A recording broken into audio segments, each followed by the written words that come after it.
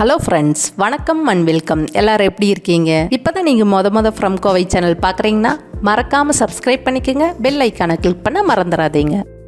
இன்றைக்கி நாம் கேரளா ஸ்பெஷல் குடம்புளி மீன் குழம்பு ஈஸியாக எப்படி செய்யலான்னு பார்க்க போகிறோம். இந்த போறப்பு தான் நல்லா ருசிச்சு சாப்பிட கிடைச்சது. முதல்ல நம்ம குடம்புளியை ஊற வச்சிடலாம். 1/2 கிலோ மீனுக்கு இந்த 3 குடம்புளி கரெக்டாக இருக்கும். இந்த புளியை 3லேருந்து 4 வாட்டி நல்லா தண்ணியில் கழுவிட்டு வெதுவெதுப்பான தண்ணியில் 10 நிமிஷம் ஊற வச்சிடலாம். இந்த குடம்புளி இப்போ எல்லா சூப்பர் மார்க்கெட்லேயும் எல்லா கடைகள்லையும் ஈஸியாக கிடைக்கிது. இது 10 நிமிஷம் நல்லா ஊறட்டும். இன்றைக்கி நான் மண்சட்டியில் தான் இந்த குழம்பு செய்ய போகிறேன். சட்டி நல்லா சூடான உடனே 100 ml தேங்காய் எண்ணெய் சேர்த்துக்கலாம். எண்ணெய் நல்லா காஞ்ச உடனே 1/4 ஸ்பூன் கடுகு சேர்த்துக்கலாம். கடுகு நல்லா வெடித்த உடனே 1/4 ஸ்பூன் வெந்தயம் சேர்த்துக்கலாம். வெந்தயம் நல்லா பொரிஞ்சிருச்சு. ஒரு சிட்டிகை பெருங்காயத்தூள் சேர்த்து பெருங்காயத்தூள் நல்லா பொரிஞ்ச உடனே ஒரு 50 கிராம் பூண்டை பொடியாக கட் பண்ணி வச்சுருக்கேன். கொஞ்சமாக கருவேப்பிலை எடுத்து வச்சுருக்கேன், இதை சேர்த்துக்கலாம். இந்த குழம்புக்கு நான் 1/4 கிலோ சின்ன வெங்காயத்தை பொடியாக கட் பண்ணி வச்சுருக்கேன், அதையும் சேர்த்துக்கலாம். உங்கள்கிட்ட சின்ன வெங்காயம் இல்லைன்னா நீங்கள் பெரிய வெங்காயம் கூட சேர்த்துக்கலாம். 1/4 கிலோ பெரிய வெங்காயம் சேர்த்துக்கோங்க. வெங்காயத்தை சேர்த்துட்டு 1 நிமிஷம் போல் நல்லா வதக்கிடுங்க. 2 பச்சை மிளகாயை கீறி வச்சுருக்கேன், அதையும் சேர்த்துட்டு ஒரு 2 நிமிஷம் போல் வெங்காயத்தை நல்லா வதக்கிடலாம்.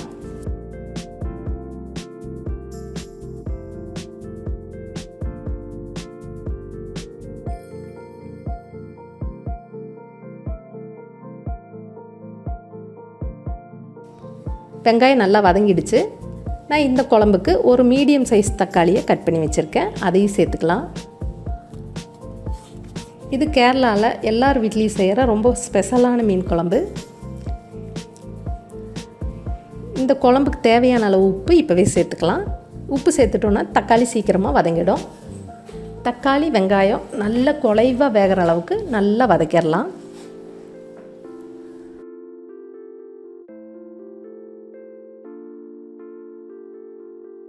ஒரு 2 நிமிஷத்துக்கு அப்புறம் தக்காளி வெங்காயம் நல்லா குழைவாக வெந்துடுச்சு. நம்ம ஊற்றின எண்ணெய்லாம் நல்லா பிரிஞ்சு வந்திருக்கு. இப்போ நம்ம இந்த குழம்புக்கு தேவையான அளவு மிளகாத்தூள் 2 ஸ்பூன் சேர்த்துக்கலாம். இது தனி மிளகாத்தூள். 2 ஸ்பூன் மல்லித்தூள் சேர்த்துக்கலாம். உங்களுக்கு காரம் குறைவாக வேணும்னா நீங்கள் 1 ஸ்பூன் மிளகாத்தூள் 1 ஸ்பூன் மல்லித்தூள் மட்டும் சேர்த்துக்கலாம். காரம் ஜாஸ்தியாக வேணுன்னா இன்னும் கொஞ்சம் சேர்த்து மிளகாத்தூள் மல்லித்தூள் சேர்த்துக்குங்க. நாம் சேர்த்த மிளகாத்தூள் மல்லித்தூளை நல்லா இந்த எண்ணெயில் பரட்டி விட்டுடலாம்.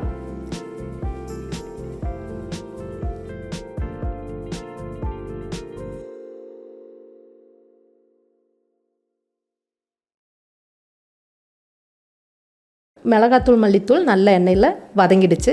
நம்ம ஊற வச்சுருக்க குடம்புளியை இதோட சேர்த்துக்கலாம்.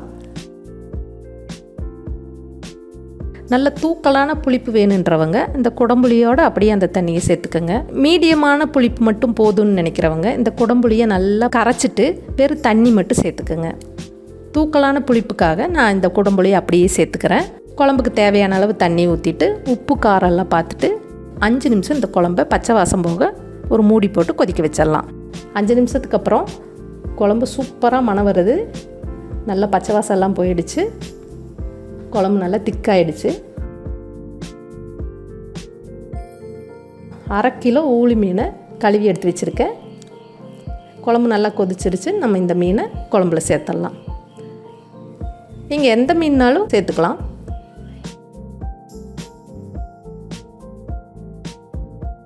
எல்லா மீனையும் சேர்த்துட்டு ரொம்ப கிளறாமல் ஒரே ஒரு கிளறிட்டு மூடி போட்டு 3லேருந்து 5 நிமிஷம் அடுப்பை சிம்மில் வச்சு மீனை நல்லா வேக வச்சிடலாம். அவ்வளோதாங்க, ரொம்ப ஈஸியாக 10 நிமிஷத்தில் இந்த குடம்புளி மீன் குழம்பு செஞ்சிடலாம். ஆனால் டேஸ்ட் ரொம்ப சூப்பராக இருக்கும். இந்த குடம்புளி மீன் குழம்போட நீங்கள் வெள்ளை சாதம், சூடான வெள்ளை சாதத்தில் சாப்பிடல ரொம்பவே சூப்பராக இருக்கும். ஒரு மூடி போட்டு 5 நிமிஷம் வேக வச்சிடலாம் இந்த மீனை. இப்போ பார்த்திங்கன்னா நம்ம ஊற்றின எண்ணெய்லாம் பிரிஞ்சு வந்து மீன் சூப்பராக வெந்துருச்சு. குழம்பு சூப்பராக மணக்குது. நல்ல மணம் வருது குழம்பு. கொஞ்சம் தூக்கலான காரத்துக்காக 1/4 ஸ்பூன் மிளகுத்தூள் சேர்த்துக்கிறேன். இது வேணும்னா சேர்த்துக்குங்க, உங்களுக்கு காரம் அவ்வளோவா வேணான்னா சேர்த்துக்க வேணாம். கொஞ்சமாக கருவேப்பிலை, பச்சை கருவேப்பிலை சேர்த்துட்டு கொஞ்சம் தூக்கலான மணத்துக்காக ஒரு அரை ஸ்பூன் இல்லைன்னா 1 ஸ்பூன் தேங்காய் எண்ணெய் சேர்த்துக்குங்க. அவ்வளோதாங்க. ரொம்பவே சூப்பரான கேரளா ஸ்டைல் குடம்புளி மீன் குழம்பு சூப்பராக ரெடி ஆகிடுச்சு. இந்த வாரம் கண்டிப்பாக நீங்கள் உங்கள் வீட்டில் இதை ட்ரை பண்ணி பாருங்கள். அவ்வளோ சூப்பராக இருக்கும். வெள்ளை சாப்பாட்டோட பிசைஞ்சு சாப்பிட அவ்வளோ டேஸ்ட்டாக இருக்கும். இட்லிக்கு தொட்டுக்கவும் இந்த குடம்புளி மீன் குழம்பு ரொம்பவே சூப்பராக இருக்கும். கண்டிப்பாக ட்ரை பண்ணி பாருங்கள். இந்த வீடியோ உங்களுக்கு பிடிச்சிருந்தா லைக் பண்ணுங்கள், ஷேர் பண்ணுங்கள். மறக்காமல் நம்ம ஃப்ரம் கோவை சேனலுக்கு சப்ஸ்கிரைப் பண்ணுங்கள். திரும்ப ஒரு நல்ல ரெசிபியில் நான் உங்களை சந்திக்கிறேன். அது வரைக்கும் thank you, bye bye, take care.